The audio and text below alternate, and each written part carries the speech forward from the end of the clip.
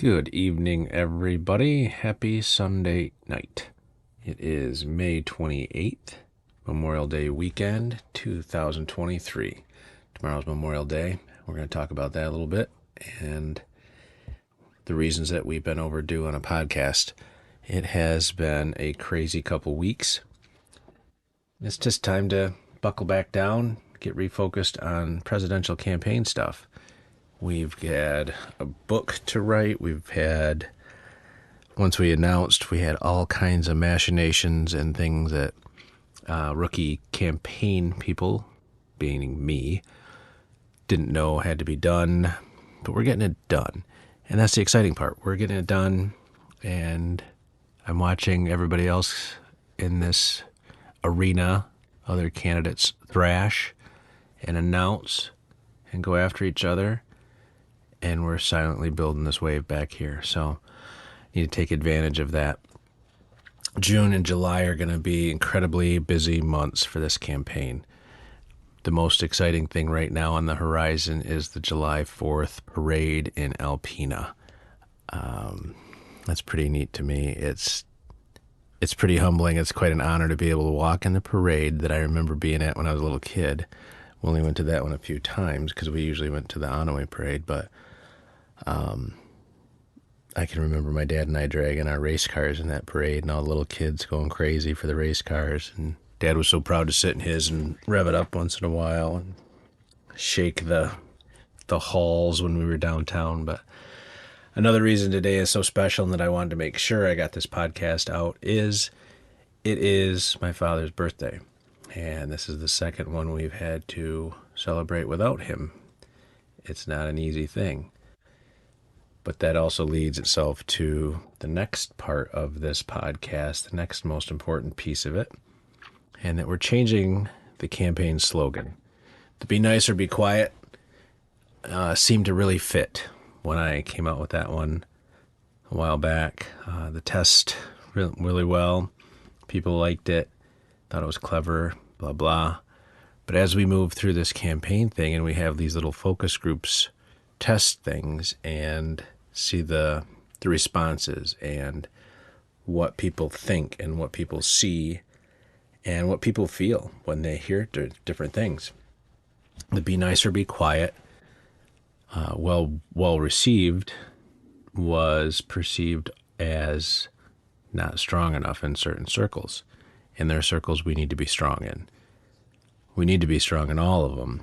So the new one, which had been sitting there for a very long time, right in front of my face, and oddly enough tattooed on my left forearm, is Together.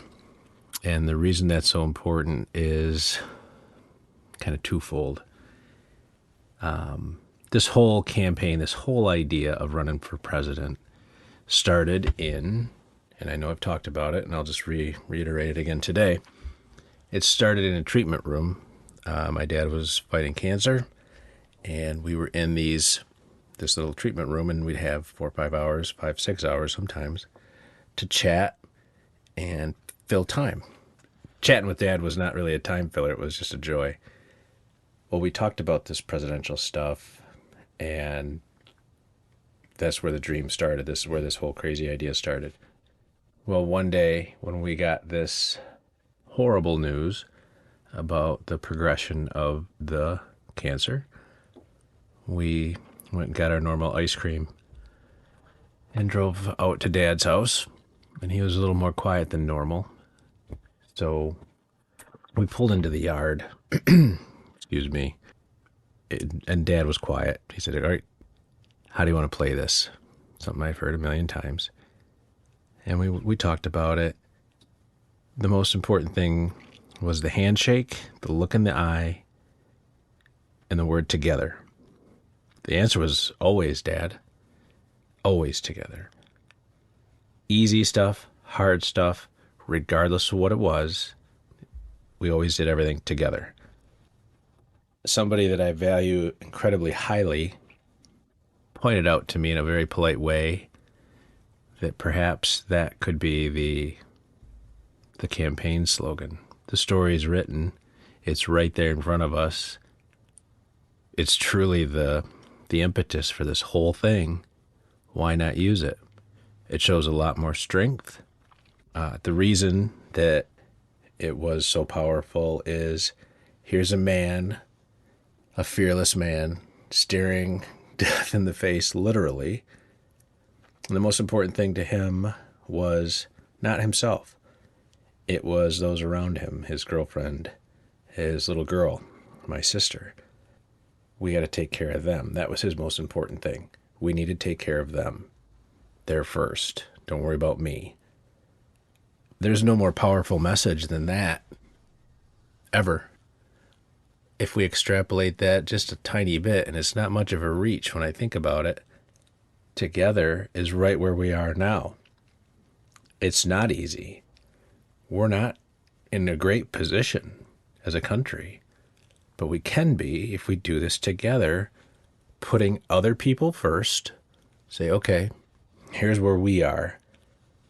Take a look inside and say, I have it this good. How can I bring my fellow man and woman up to this level? And then everybody, if we all do this together, stop fighting. Stop the division. Stop letting them manipulate us. And I believe that's on purpose. No doubt in my mind. We start focusing on getting together, helping each other, putting each other first. This is an unstoppable movement. We are on the cusp of a miracle and something bigger than any political party has ever seen before. No doubt in my mind. Together is different now. I remember saying that. Together is forever changed for numerous reasons. Together means a lot of things to me, and that's what I want to draw from all of you.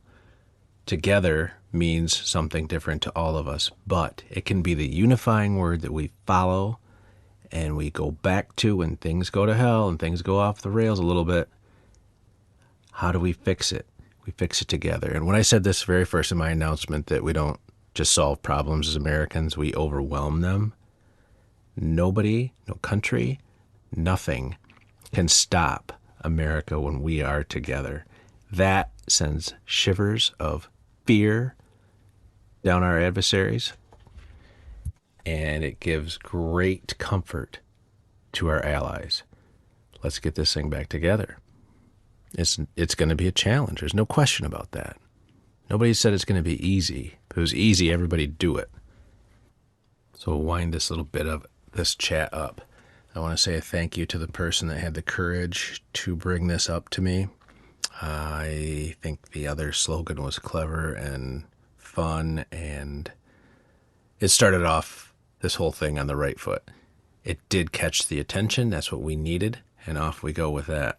So the person that said this, I'd place, like I said, an incredibly high value on, took a leap of faith early in a friendship to give me this advice. It couldn't have been better timed. It couldn't have been more thought out.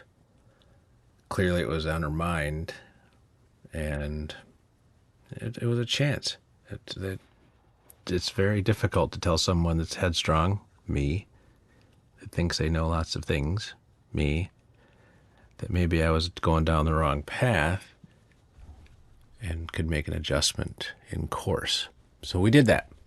The new logo is going to be posted on the website here shortly. It's going to be posted on all the social media shortly. And we're going to have a good evening. We're about 10 minutes into this thing. I'm going to try to keep these as short as possible.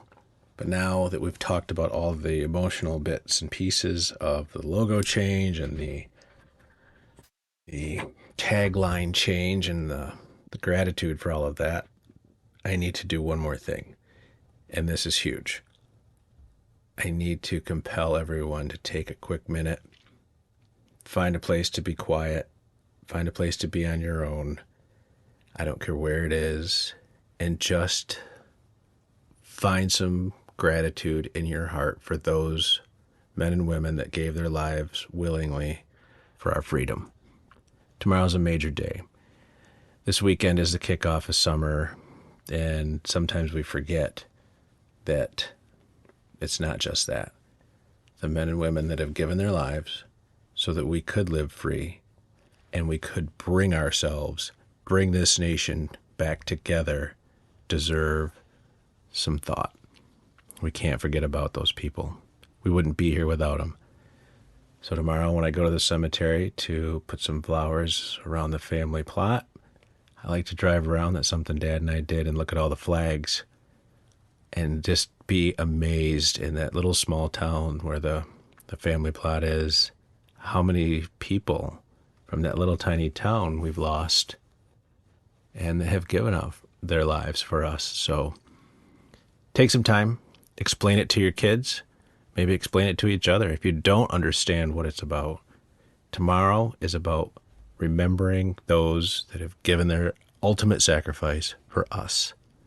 We can appreciate all of our vets, all of our active servicemen and women, but tomorrow is very specific, and we will not forget. So together, we move forward. Lots of good things coming. Thank you for being here. Thank you for your patience. Have a happy Memorial Day. Celebrate carefully, but celebrate passionately. Thanks so much. We'll do this together.